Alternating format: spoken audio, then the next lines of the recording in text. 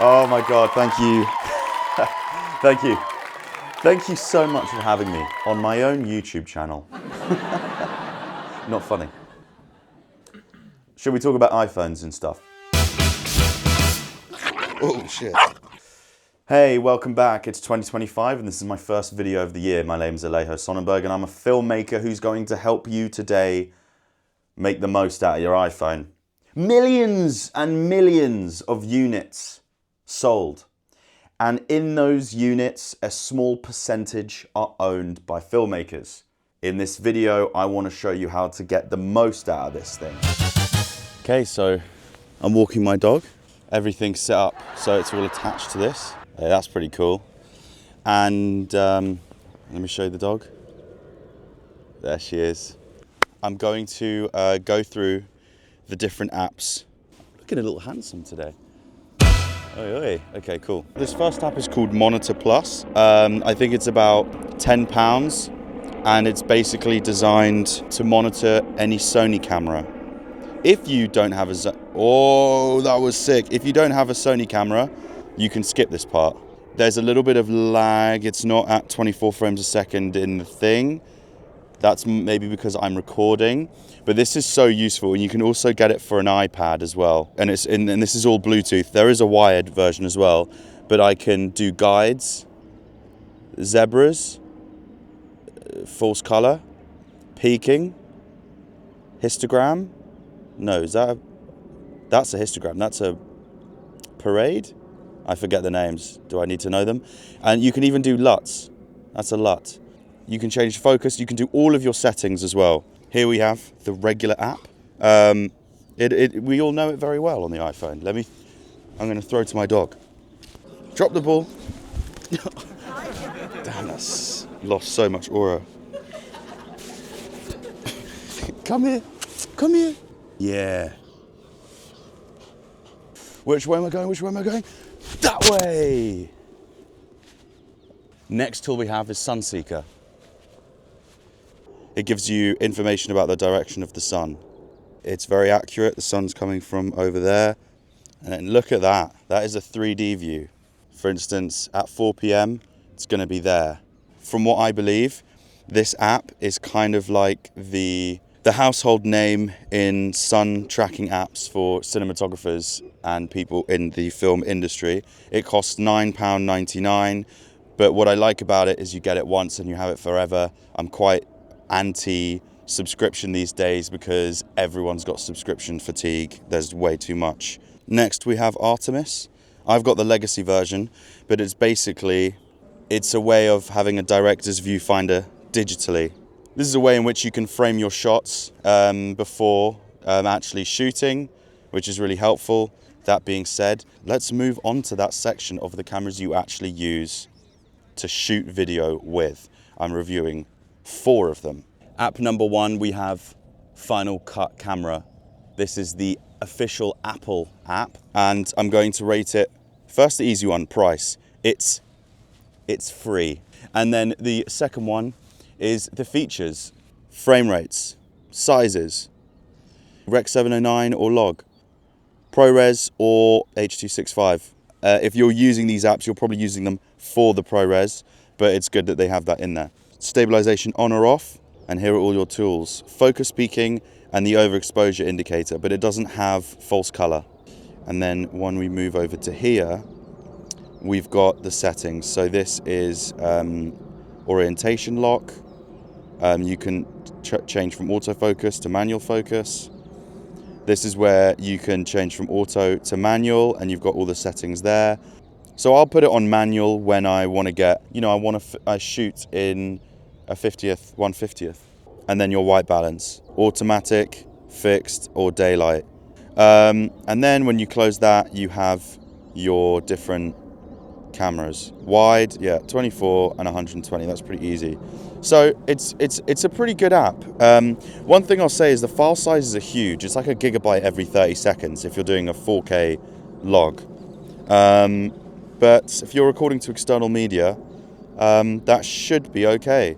Some audio monitoring here, which is not responding to my clicking. And what I'll do as well is, for instance, I will go like this. manual exposure, shutter 1/50th. Now this is overexposed, but what I have is this cheeky devil, which is a variable ND filter that I clip on. It's pretty cheap, I bought it from Amazon, and I'm not really convinced it works. I feel like it's added a lot of tint to the image as well, but this is technically now at 1/50th. You'll get that nice motion blur. I'll record a few things here and we'll have a look at it in post. Let's go see my dog, who is digging.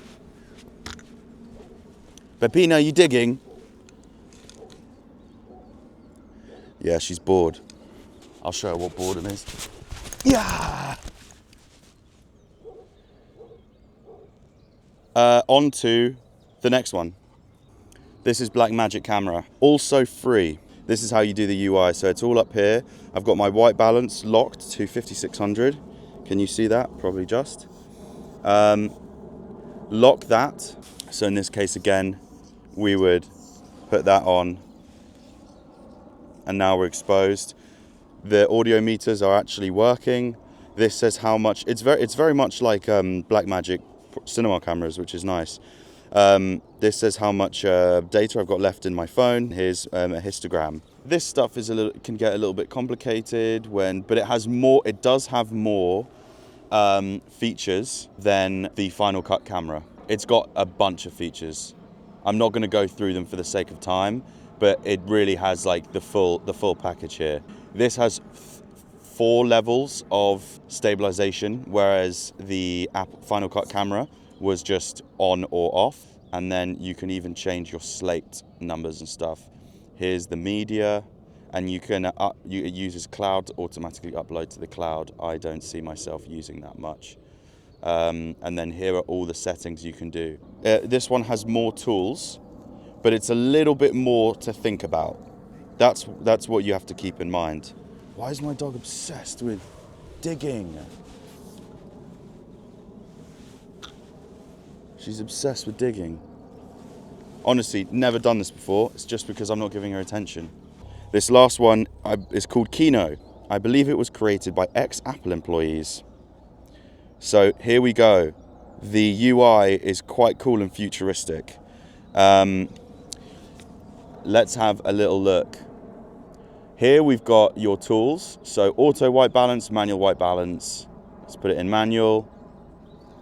It's pretty easy. You can choose by, I think, incandescent, daylight, cloudy. I'm just gonna stick it in auto. You've got some tools here for grids and shit. This is stabilization. Again, for this one, it's just on and off. You can turn your histogram, or that's a parade, on and off. You can rotate the camera. But this is what I'm finding interesting right now. This is not playing back smoothly, and I don't know why. Why would that be? Can you see that in the thing? This is filming 24. This is smooth, but it's not looking smooth on the phone screen. You can go up here. Oh, maybe it's because I'm in custom. Let's try this. That fixed it. It's because I was in a custom mode. So now it's in log. Okay, cool. And you can see how many minutes remain. This one, I think, was £10, actually. It was a paid app.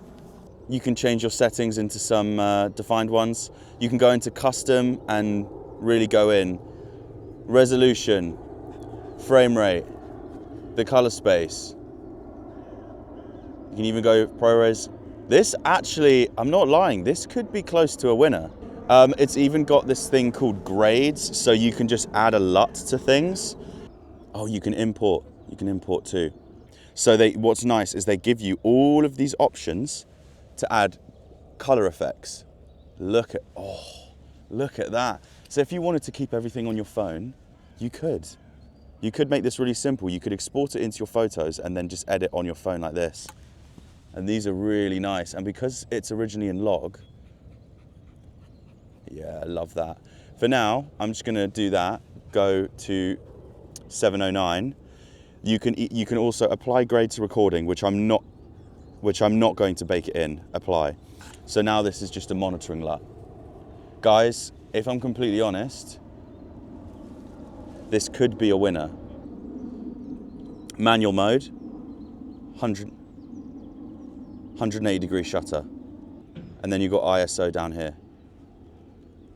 So, okay, because it's fixed aperture, the iPhone lenses and all this, let me turn it around. Because it's fixed aperture, the only thing you can change is ISO and shutter. You can change the storage, so I've got it in files instead of my thing, so I can keep things separate. You can do a backup here, get the storage. Yeah, I think this is the winner for me. And I don't see you can change the position of this. I suppose I could flip the camera around, as in, yeah. Let's record on there. Look at that. There's the dog. Hey, Pepina.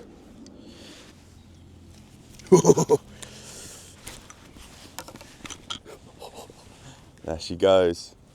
Which way? This way. To summarise, Kino is my favourite one for me. It costs £10. It has lots of great features. I think Blackmagic is objectively the best because it has all the features and it's free. Final Cut Camera is the one that also is great, but it's a little more simple in its design and its UI. It has a few less features, but it is free. If I was going to reward one, an all-round winner, it would be the Blackmagic camera. I think that's the camera that is just the best overall one. But because it's free and the Final Cut camera is also free, just get both and try for yourself. Kino is the one I love the most. When you put it into manual mode, it's very simple. It's literally just 2 buttons, shutter and ISO slider. That's it. I like that. I like it for that reason. It feels quite intuitive to get around the menus. It's not free, but for me, £10 isn't that bad because it's a one-time payment. I don't want to pay a subscription fee. Hello, doggies. Like I did. Yeah. A subscription fee is what Filmic Pro is. And I looked at that and the UI was shit and I immediately deleted it. It was like £10 a week. No, I'm good. Oh. Oh, shit.